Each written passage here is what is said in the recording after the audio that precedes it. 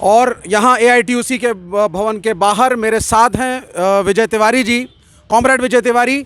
और दिल्ली के अंदर ट्रेड यूनियंस में एक बड़ा नाम, मेरे ख्याल से दिल्ली की जो सबसे बड़ी यूनियंस हैं उनमें से एक इनकी आती है। काफ़ी संघर्षशील नेता रहे हैं और दिल्ली के अंदर बिजनेसमैनों और फैक्ट्री वालों के लिए एक हमेशा दुख का सबब भी रहे हैं। तो thank you Vijay ji for talking to us. Thank you.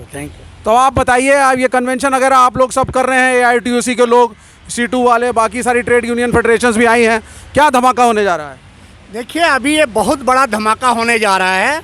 जो अभी पीछे कई प्रोटेस्ट हुए हैं आपने देखा होगा, और जो 26 नवंबर को जो प्रोटेस्ट होने जा रहा है, जो ऑल इंडिया व्याप पे जो हड़ताल होने जा रही है, ये बहुत बड़ा धमाका है इस सरकार के लिए। हड़ताल क्यों कर रहे हैं? ये हड़ताल इसलिए कर रहे हैं कि ये मोदी सरकार, बीजेपी सरकार मजदूरों के कानून को जो बदल दिया, 44 कानून को 4 कोड बिल में, और मजदूरों पे जो हमला कर रही है, मजदूरों के खिलाफ जो एक कानून बनाई है, इसके विरोध में ये हड़ताल है कि उस कानून को वापस ले, नहीं तो हम एक दिन की हड़ताल क्या, उसके बाद पूरी पार्लियामेंट का घेराव करेंगे। और जब तक इस सरकार को नीचे न उतार दें और इस कानून को वापस न करवा दें, तब तक हम चैन से बैठने वाले नहीं हैं।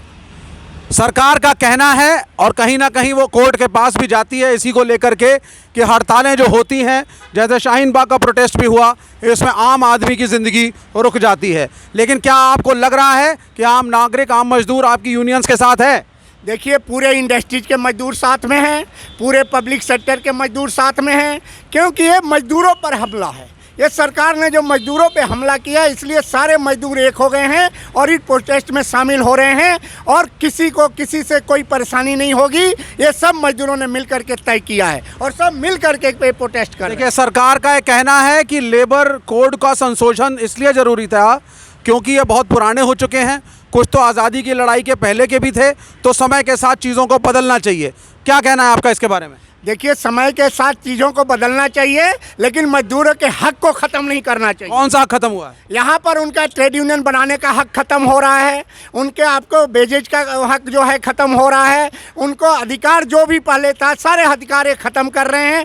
एक साथ इसको करके आप बताइए, फिक्स टर्म एम्प्लॉयमेंट, मजदूर कहीं काम करता था, अगर 240 दिन काम कर ले तो परमानेंट एम्प्लॉय माना जाता था, लेकिन आज उसको फिक्स टर्म के लिए अगर किया जा रहा है, मालिक जब चाहे रखे, जब चाहे निकाल दे। क्या ये मजदूरों पे घात नहीं है?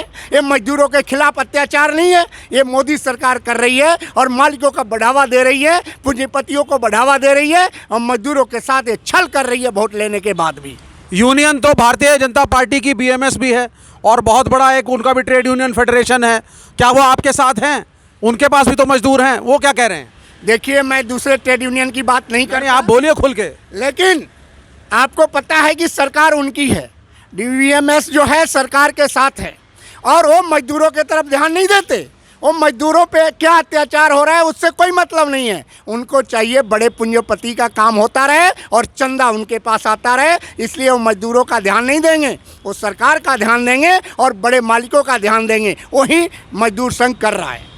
मेरा आपसे एक सवाल है, ट्रेड यूनियन में इतने ज़्यादा मेंबर होते हैं, इतनी ज़्यादा सदस्यता होती है आप लोगों की, आप लोग दिल्ली जाम कर देते हैं, इंडिया को आप बंद कर देते हैं, कई बार चक्के जाम आपके होते हैं, फिर भी वोट आपसे एफिलिएटेड पार्टियों को नहीं आते, ऐसा क्यों? देखिए, समय होता है सब चीज़ का। हमें किसी के साथ छलावा करने नहीं आता, हमें झूठ बोलना नहीं आता। जैसे बीजेपी वालों ने झूठ बोल करके जो वोट लेते हैं, ये हमें ट्रेड यूनियनों को नहीं आता, कम्युनिस्टों को नहीं आता, इसीलिए उन्हें वोट नहीं मिलती। लेकिन आने वाले दिन में अब सब लोग समझ गए हैं, मजदूर भी समझ गए हैं कि हमारे साथ हमेशा छल होता रहा है, अब ये छल होने वाला नहीं है। अब आने वाले दिन मजदूरों का है, ट्रेड यूनियनों का है, वो आपके सामने आने वाला है। कुछ दिन के बाद आप देखेंगे इसको। तो ये थी दिल्ली के ट्रेड यूनियन की एक बड़ी बुलंद आवाज़, विजय तिवारी, जो कि हमारे साथ थे और चैलेंज कर रहे हैं कि आने वाला समय कम्युनिस्टों का है, ट्रेड यूनियंस का है और मजदूरों का है। बहुत बहुत शुक्रिया, धन्यवाद।